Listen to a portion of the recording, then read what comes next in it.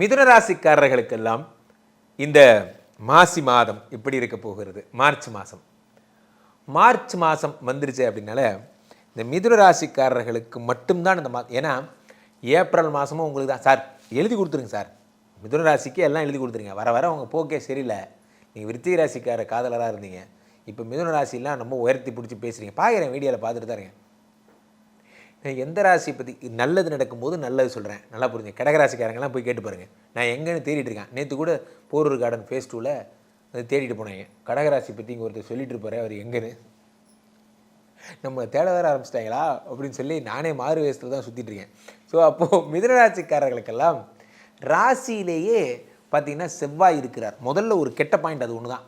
வழக்கமாக நான் எப்பயுமே கெட்ட பாயிண்ட் சொல்ல மாட்டேன். என்னுடைய பதிவுகளை பார்த்துட்டு நிறைய பேர் உங்கள் பதிவுகளை பார்த்தா எனக்கு தன்னம்பிக்கை வருகிறது, எனக்குள்ளே வாழணும்னு ஆசை வருது சார். அதுதான் முக்கியம். ஒன்று புரிஞ்சுங்க, ஒரு கலை தன் உன்னத நிலையை எப்பொழுது அடைகிறது, அந்த பிராப்தத்தை எப்போ அடையுது அப்படின்னா அந்த கலை உங்களுக்கு பயன்படும் பொழுது அந்த பிராப்தத்தை அடைகிறது.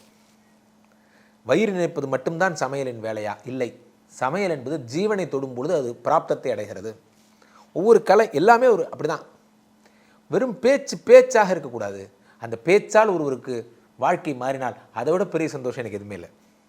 இந்த ராசிபலன் எனும் களத்தை நான் ஒரு சர்க்கஸ் கூடாரமாக பார்க்கிறேன். இந்த சர்க்கஸ் கூடாரத்திலே இந்த யானை இந்த பந்து விளையாடுகிறது உங்களுக்காக.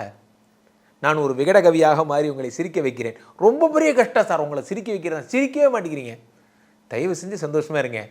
10ஆம் வீட்டிலே உங்களுக்கு எல்லா கிரகங்களும் வந்தாச்சு, சந்தோஷமாக இருக்க போகிறீங்க. 10லே ஒரு பாவி இருந்தால் அரசனை போல் யோகம் உண்டு. 10ஆம் வீட்டிலே சூரியன் வந்து விட்டார். ராசிநாதன் புதன் இருக்கிறார். 1-4 கூடையவர். ப்ரமோஷன் வேணும், வாழ்க்கையில் முன்னுக்கு வரணும், புதாதித்ய யோகம். சுக்கிரன் ராகு இருக்கிறார். சுக்கிரன் யார் உங்களுக்கு 5 கூடையவர், ராகுவோட சம்மந்தப்பட்டிருக்கு. அங்கே தான் ப்ராப்ளம். ஸோ உங்களுடைய நட்பு வட்டாரத்தை பாருங்கள் சார். நீங்கள் நிறைய விஷயங்கள் நீங்கள் நான் சொல்கிறதுல இருக்க மைன்யூட் திங்ஸ்லாம் எடுத்து பாருங்கள். இது என் சொந்த வாழ்க்கையிலேருந்து சொன்னதாக கூட இருக்கலாம். நல்லா புரிஞ்சுங்க. ஒரு விஷயம் என்ன அப்படின்னா உங்களை டிஸ்ட்ராக்ட் பண்ணுற விஷயத்தெல்லாம் ஒதுக்கி வச்சுருங்க. ஏதாவது ஒரு விஷயம் உங்களை டிஸ்ட்ராக்ட் பண்ண, நிறைய ஆன்லைன் வரேன், ஒதுக்கிடுங்க. இனிமேல் வேண்டாம் சார். நான் கடைசியாக தொலைக்காட்சி பார்த்து 1 வருடம் ஆகுது. ஒரு நாள் நான் வாட்ஸ்அப் என் நேயர்களுக்கு என்னோடய ரசிகர்களுக்கு தெரியும், இன்னிலிருந்து நான் தொலைக்காட்சி பார்ப்பதை நிறுத்திவிட்டேன்னு போட்டேன். அதோடு நிறுத்தினேன் சார், நான் பார்க்குறதே இல்லை. உங்களை டிஸ்ட்ராக்ட் பண்ணுற விஷயங்களை குறைச்சிக்கோங்க.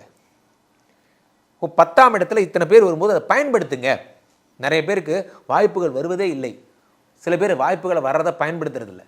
சில பேர் பயன்படுத்தினாலும் அதிர்ஷ்டம் வர்றதில்லை, அடுத்த லெவல் கூட்டிகிட்டு போகிறதில்லை.